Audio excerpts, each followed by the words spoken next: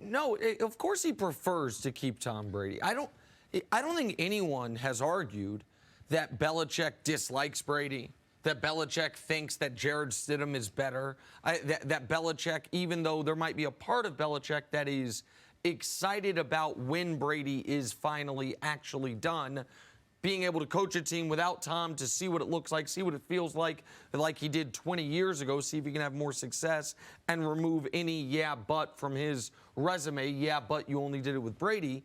But this is all about price. This is all, of course, he prefers to keep Tom Brady at the right price. At least that's what I've always assumed. If Brady were to come and say, hey, guys, I want to play for $12 million, then Belichick would have signed up for that instantly for this upcoming season. Now, would he give him a long-term extension? Would he tie the team to Brady for age 44, age 45? No, but this is, maybe I'm misreading it, the question a bit. This, to me, is obvious. Of course, he prefers Brady over Andy Dalton, Marcus Mariota, Jared Stidham, over the actual options. But that doesn't mean he needs Brady to the tune of letting him write his own check as far as what he's going to make next season from the team. No, you're 100% right. This is what we all knew coming into this offseason. It was going to be cost-benefit analysis. What was the value proposition? How much was Tom Brady going to demand going into free agency? Tom Brady had the stipulation in his last contract where the team couldn't franchise him for a reason. He wanted to be able to command as much money on the open market as he possibly could. But I think the other thing that he wanted to do is to make sure that he had maximum leverage against the Patriots so he could dictate the terms under which a reunion would be possible. So I think a lot of this is about the Patriots respecting Tom Brady, but I think there's also a small part of it that's about Bill Belichick surrounding him with the requisite talent that it takes to maximize his abilities in the twilight of his career. So, I mean, Bill Belichick is ultimately going to have the final say with this whole deal, but I think that Tom Brady is putting a lot of pressure on him because he is a free agent and he's threatening to go other places to play. But I think in a perfect world, both of these two sides would like to get a deal worked out because I think it's in both best interest. It is in both of their best interests. Are the Patriots ready to hand things over to Jared Stidham or Cody Kessler? Man, stop. Absolutely not. That's not going to happen. Bill Belichick understands that you want to deal with the devil that you know. There's a bunch of things as a coach that you can't control. What are the young guys going to do? But when you know exactly what Tom Brady's going to do, he's going to put up 4,000-plus yards. He's not going to throw a bunch of interceptions, and he's going to throw a bunch of touchdowns. No matter who you have at the quarterback position in New England, you're going to have to find people to put around. But no matter who that person is, so why wouldn't you go with the greatest of all time, Tom Brady? Here's the other part.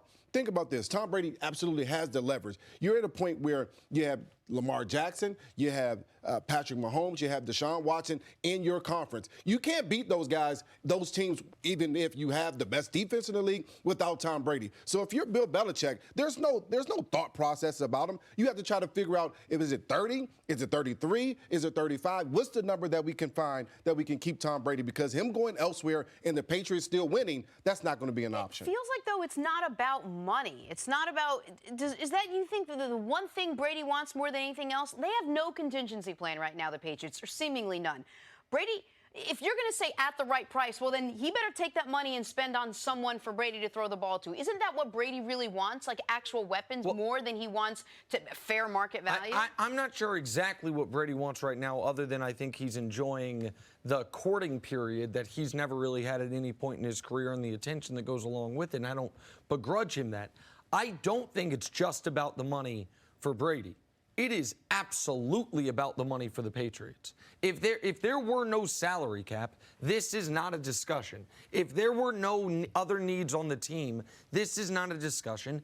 And if Brady were saying, guys, I'll just play for the minimum, then this is not a discussion. For the Patriots, for Belichick, this is exclusively about money. This is about he has a value in his head on every player. He always has. It's why you let great players walk. It's why when Randy, coming off the 07 record-breaking season, 08, he's good. 09, he starts asking for more money, and they trade him away. Not because Randy couldn't play anymore, not because Brady didn't like Randy, because there is a certain dollar amount Belichick attaches to every player on the roster, and if you get above that, he will very cold and calculatedly move on from you. For Tom, if he had full faith, Jenna, that money he doesn't take will go towards someone else. Go to someone else that will help him. I think that's one thing. I don't know if he has that faith with the Patriots right now. But why wouldn't he? They went out and tried to get N'Keal Harry. They did that. Mm-hmm. They tried to get Mohamed Sanu. They did that. They went out and got Antonio Brown. They did that. All those things are designed to help Tom Brady. So to me, if I'm Tom Brady, I already know that they're willing to help me. They're already willing to put the right players in place. The problem was Antonio Brown, he got kicked out of there. Mm-hmm. N'Keal Harry did not perform well. He started the year on the PUP, the PUP list. Yep. And so at that point, Mohamed Sanu gets together in the trade, and he just didn't produce. They tried to bring players into New England. They just didn't produce. That's the holdup. So if I'm Tom Brady, I'm not saying whether they will bring people there because they already did that. To me, I'm saying, hey, I want to get paid, and I want you to bring people here. Well, I think Tom Brady wanting to get paid has a lot to do with the organization and, more importantly, Bill Belichick showing him the respect that he feels like he deserves. I think that's where it begins and ends for him. Clearly, Bill Belichick prioritizes winning. Both of these guys prioritize winning over everything else. But that doesn't mean that that's the only agenda that they have as they move into this stage of their respective careers. For Bill Belichick, he wants to catch Don Shula. Right now, he's 55 regular season wins away from catching Don Shula. Does Tom Brady give you a better chance of doing that? No doubt. Or the options on the free agent market or in the trade market?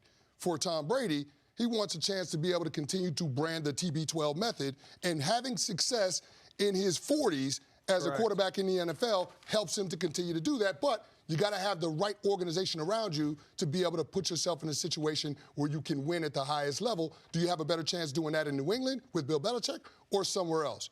I mean, when you ask those questions, the answers seem fairly obvious. These two should come back together. I think it will happen. And mixed up in all of this is Robert Kraft, who said that he wants Tom Brady back. So ultimately, after these two sides get done doing the dance, they'll eventually come back together. Thanks for watching. Subscribe here to get the latest from the show. Also, be sure to check out more of the best clips from First Things First, or go watch a few segments from our other shows on FS1.